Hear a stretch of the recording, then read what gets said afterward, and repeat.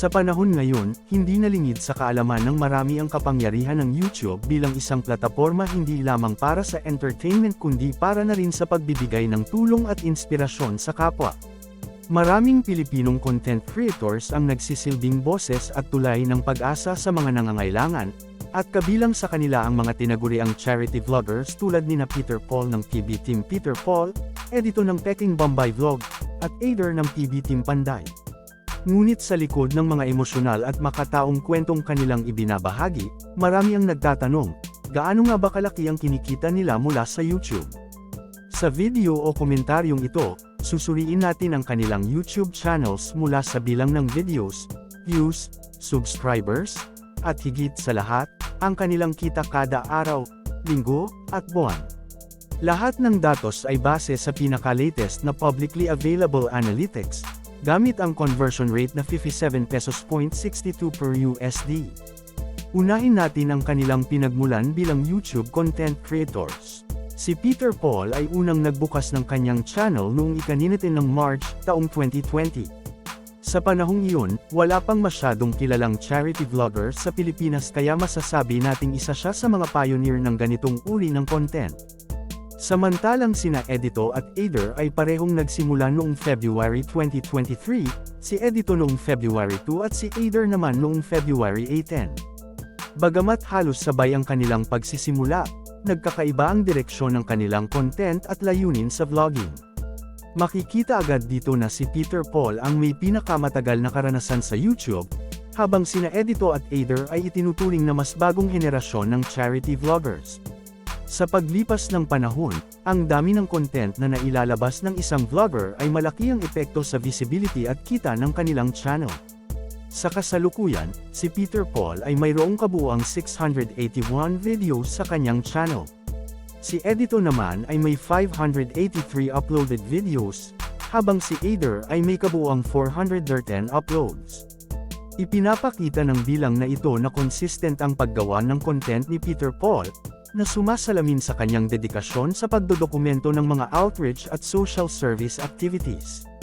Sa kabilang banda, sina Edito at Aider, bagamat mas bago pa lamang, ay mayroon ng napakalaking volume ng content, isang patunay na masipag din silang magbahagi ng kwento ng kabutihan sa kanilang mga manunood. Isa sa pinakamahalagang sukatan ng tagumpay sa YouTube ay ang kabuuang bilang ng views na nakukuha ng isang channel. Si Peter Paul, dahil na rin sa kanyang maagang pagsisimula at dami ng content, ay mayroon ng mahigit 35 million na total views. Si Edito ay may 25 million views, habang si Aider ay may 9.6 million. Malinaw dito na si Peter Paul ang may pinakamalawak na audience reach sa tatlo. Ang dami ng views ay hindi lamang sukatan ng popularidad kundi pati na rin ng potensyal na kita, dahil ito ang basehan ng YouTube sa paglalagay ng ads at pagbabayad ng revenue sa mga creators. Pagdating naman sa bilang ng mga taga-subaybay, may mga nakakagulat na datos. Si Peter Paul, na mas matagal na sa YouTube, ay mayroong 169,000 subscribers. Ngunit si Edito, na mas bago ngunit mabilis ang pag-angat, ay mayroon ng 174,000 subscribers. Samantalang si Aider ay mayroong 48,000 subscribers. Sa unang tingin, maaaring isipin na dapat mas maraming subscribers si Peter Paul dahil siya ang nauna. Ngunit makikita na mas mabilis ang subscriber growth rate ni Edito. Kada buwan, nadaragdagan ng humigit kumulang 10,000 ang subscribers ni Peter Paul, habang si Edito naman ay umaabot sa 11,000. Si Aider ay nadidagdagan ng humigit kumulang 1,900 subscribers bawat buwan. Dito natin makikita na habang consistent pa rin si Peter Paul, si Edito ay mas mabilis makahatak ng bagong audience. Si Aider naman ay tila naiwan sa pag-angat, at may paliwanag tayo dyan. Ang isa sa mga dahilan kung bakit hindi kasing bilis ng dalawa ang pagtaas ng performance ni Aider ay dahil limitado ang content scope ng kanyang channel. Sa karamihan ng kanyang mga video, nakatuon lamang siya sa pag-uulat ng updates tungkol sa mga bahay o proyektong ipinapagawa ni Sir Paul.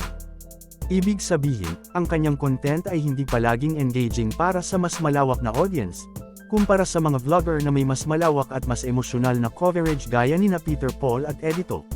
Dagdag pa rito, hindi na rin siya palaging kasama sa team na tumutulong on-site sa mga outreach activities, kaya hindi siya ganoon ka-visible sa mga highlight ng PB team. Sa average views kada buwan, makikita ang mas konkretong sukatan ng engagement. Si Peter Paul ay may 2.9 million views bawat buwan, si Edito ay may 1.7 million, at si Aider ay nasa 737,000. Dito mas makikita na kahit si Edito ay mas mabilis sa subscriber growth, mas maraming nanonood ng videos ni Peter Paul.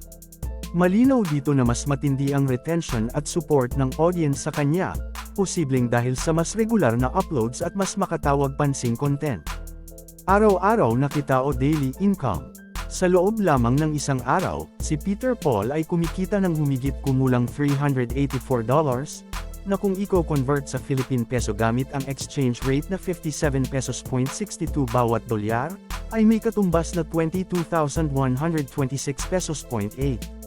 Ibig sabihin, sa isang araw pa lang, ganoon na kalaki ang pumapasok na pera mula sa kanyang YouTube channel.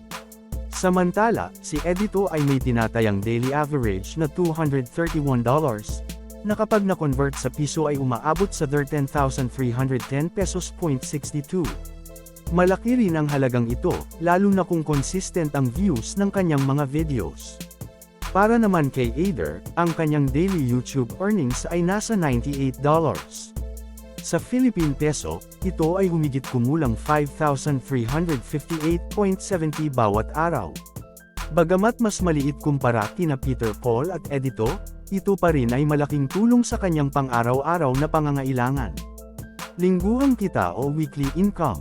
Kung titingnan natin ang kita kada linggo, mas lalo nating makikita ang kabuoang halaga ng kanilang kinikita. Si Peter Paul ay may tinatayang $4,300 kada linggo, nakatumbas ng 247,776 pesos sa loob lamang ng 7 araw.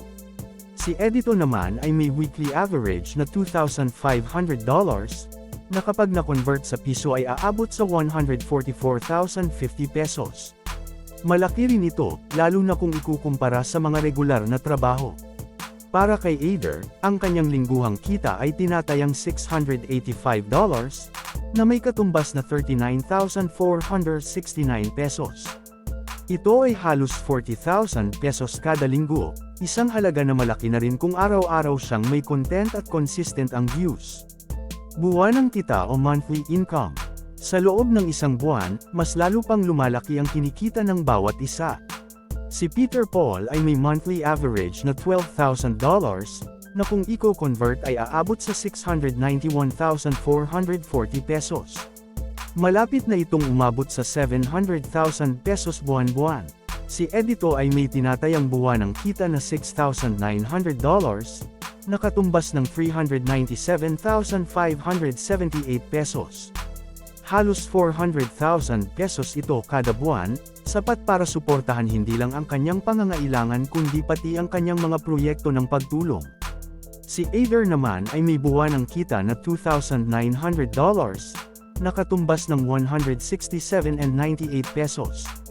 Bagamat ito ang pinakamababa sa tatlo, malaking halaga pa rin ito, lalo na kung tuloy-tuloy ang kanyang content at lumalaki pa ang kanyang audience. Ang sahod sa YouTube ay isang beses kada buwan. Ang payout ay pumapasok mula ika-22 hanggang ika-26 nanogram sumunod na buwan. Ibig sabihin, kung ang kinita ni Aider sa buwan ng June ay 167,098 pesos, matatanggap niya ito sa pagitan ng July 22 hanggang 26. Ganoon din kay Edito at Aider. At ang earnings nila sa July ay marirelease naman sa pagitan ng August 22 hanggang 26. Ang perang ito ay diretsyong pinapadala sa kanilang bank account, o anumang payment method na nakalink sa AdSense nila. Sa dami ng views, subscribers, at earnings na ating nakita, malinaw ang isang bagay. Deserve na deserve ni na Peter Paul, Edito at Aider ang mga biyayang natatanggap nila. Hindi ito instant. Bunga ito ng taon-taong pagsusumikap, konsistensya, at higit sa lahat, malasakit sa kapwa. Hindi lahat ng content creator ay pinipiling tumulong. Kaya dapat lang na sila ay purihin, suportahan, at pahalagahan. Kung gusto mo pa ng mga ganitong klaseng videos, detalyado, factual, at nagbibigay liwanag sa likod ng YouTube world. Please like, comment, and subscribe sa channel na ito. Marami pa tayong tatalakayin na topics tungkol sa charity vlogging, YouTube analytics, at income breakdowns ng mga sinusuportahan nating mga charity vloggers. Hanggang sa muli, maraming salamat sa panunood. Stay kind, stay inspired.